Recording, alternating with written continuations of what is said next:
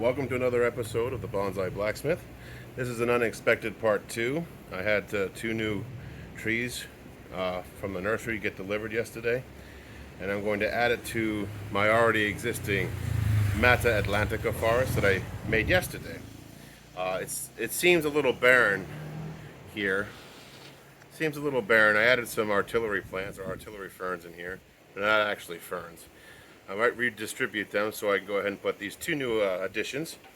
We have Tamboril, also known as Antilobium maximum here. And then we have a thing called Paltea, also known as Coelia paraflora. And I will position them in the diagonal here respectively. So I'm going to get these unwrapped and I'll be right back. Alright, so let's bring these a little closer so you can see what's going on. I'll grab my root hook here and liberate these seedlings from their root balls. Here we go, these 2. We'll start with the Paltea, lightly breaking up that ball. It's very soft, so we don't have to do a whole lot here. And luckily, it looks like the ball is very, very small, so we can go ahead and put that right into the bonsai pot and forest, no problem.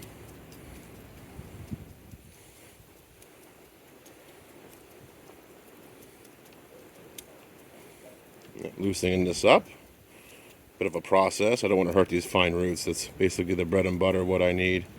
I start raking with the root hook, help straighten out these finer roots. Might have to rinse this underwater, come right back.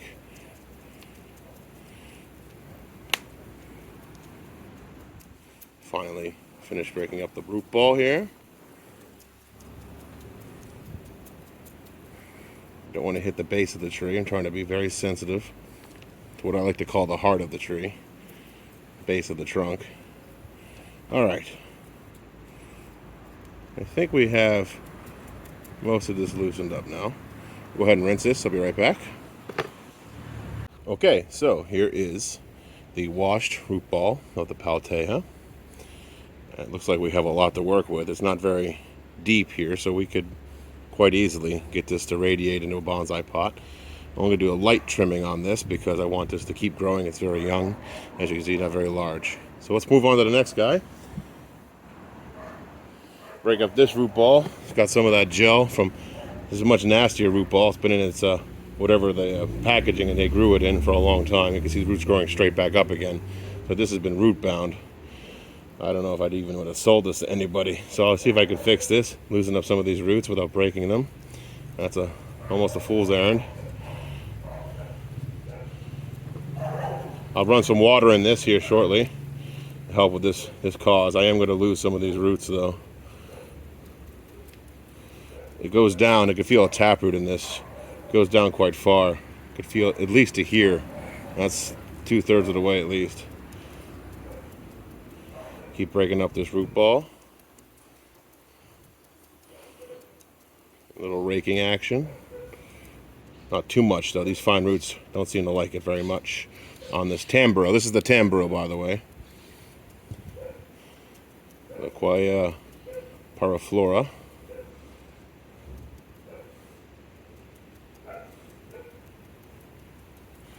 Getting around this trunk here, loosening that up. Alright, let me get this underwater and I'll be right back. And here is the washed roots of the Tamboril. Much longer taproot, as you see. Goes down actually most of that distance, almost like a carrot. So I'm going to have to decide what I want to do here. I can save most of these roots, but this carrot is going to have to be cut in half. So let's go ahead and do that. Let's do that right now, shall we? So on the carrot here, looking at where these fine roots are coming from, mostly from the top. So I really don't feel terrible about this. I'll give it a nice snip there. Now, I'm a strange fellow. I like to save the tap roots, cut off and try to germinate them again as a root cutting. So that's what I did there. So that's what happened to this one. And I don't have to do that to the other Palteja right now. The Palteja, very small as you can see here. So let me get these arranged here so you can see the pot and go ahead and put them in the bonsai forest. Let me just do this root cutting real quick so I can show you what I mean. These are the cuttings from the Maneca de Ceja, the Tibocina mutabilis. And I've already trimmed back a couple of these roots that are further up, leave these nodes bare. We don't want the moisture to leave the organic material, the organic tissue of the plant, so we're going to seal it with a antiseptic tree sealant. There we go, like so. I'm going to get a zoom in on that. There we go, like so. That's sealed off. And my next step is to quite simply pull these back, the roots back, like so I can bury them straight down into a hole. I'll make that hole here with the back of a spoon. Easy, everyone has one of those.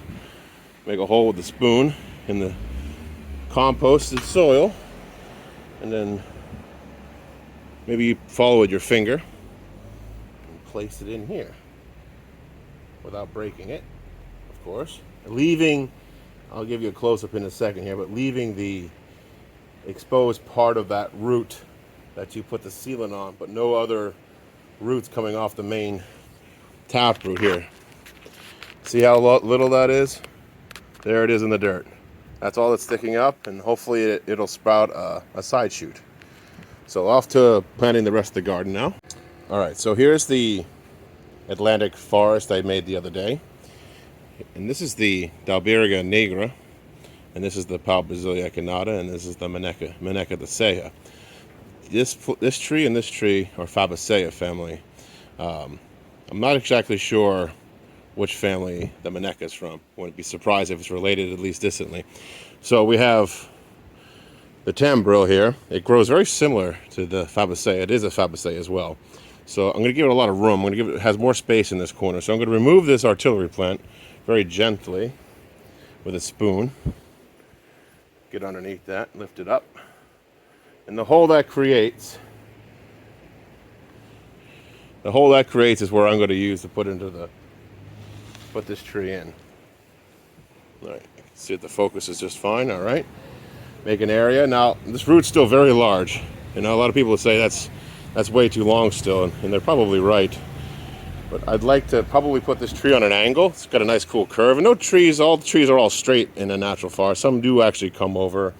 And in the Mata Atlântica, it is Brazil. There's a heavy rainfall. Let's be realistic. There's a lot of erosion and landslides. So I think it'd be kind of cool to put this one on an angle anyway, which helps you give more space for such a root system.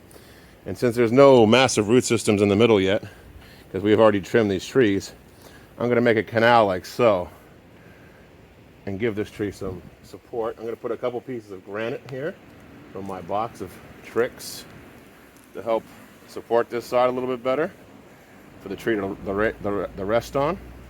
I'm going to do something simple like this. Get in there with my root hook, sprinkle a little bit more of this topsoil on there, and help flatten that down and just help it work it in that area a little bit. Kind of like they do with the chopsticks in those more traditional videos.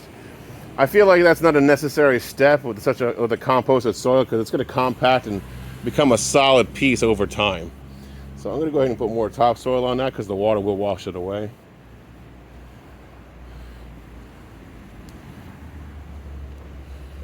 Now, you're probably thinking, what about the artillery plant? Well, that's a good question. We probably should give that a home again.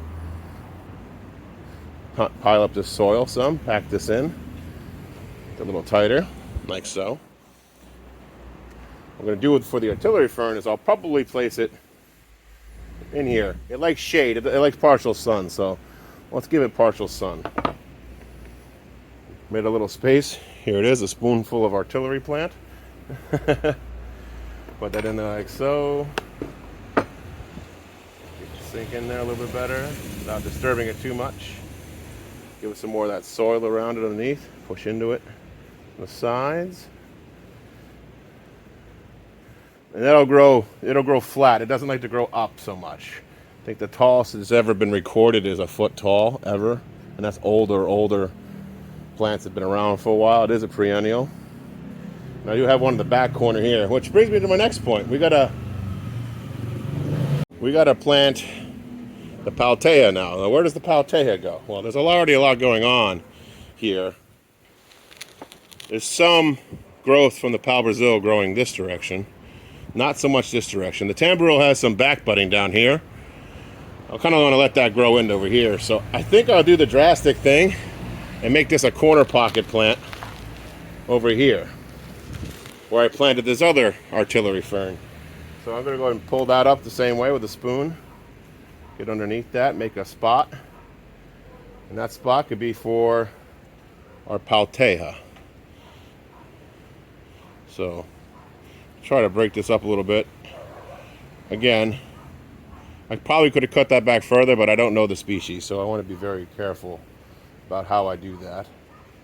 This is a corner pocket, so I'm going to place this here. I'm going to face it toward the sun, away from the other trees. Try to get that to some of that topsoil on there. Turn the tree a little bit more. This will settle over time, which is fine. See how they compete against each other. Hey, it's just like the natural forest, right? So we'll get to see how they interact with each other. And as time goes on, I'll try to find some more grasses and ferns and mosses that are endemic to the Mata Atlantica, so this can develop even further. I'd like to see how far I can go. This is just a training pot, just so everyone knows. I know these are just plastic pots, but to get the form and the root structure I'm looking for, and just to get a better understanding on how bonsai forests work, especially with these trees that aren't commonly bonsai'd, I think this is a good place to start. So there is that. Now we got to place the last artillery fern back in here. Feels a little out of place. Needs a little place to go. So I'll probably make a hole for it. Actually, why not? There's already a lot of root system going on over here, so I'll probably just go ahead and put it right here for now. Like so. Slide that in there. There you go. Go to your new home. There it goes. A little more topsoil in there. Push that down a little bit. It is in its original topsoil it was grown in by accident. Remember, these artillery ferns / plants are from the jacaranda pot from before, where I took that out. So I was able to save that life, which is cool. Save as much as I can. So I'm going to get some rocks for this. I'll go ahead and spray this down. Help mat this down some. Use the back of this spoon a little bit to help get around these plants without damaging it with my big fingers. Get in here too. Help form that landscape. Get underneath that a little bit without hurting it. Jacaranda. Here we go. I think we're doing all right. Some more water on these. Go ahead and turn this some more. I'll give you a 360 here at the end. Give you an idea what this is looking like a little bit better.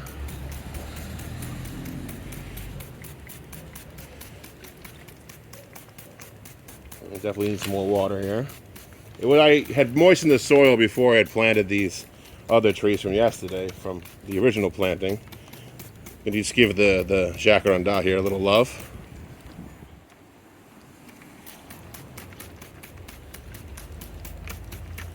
And there we go. Do a little walk around real quick. Show you what we got.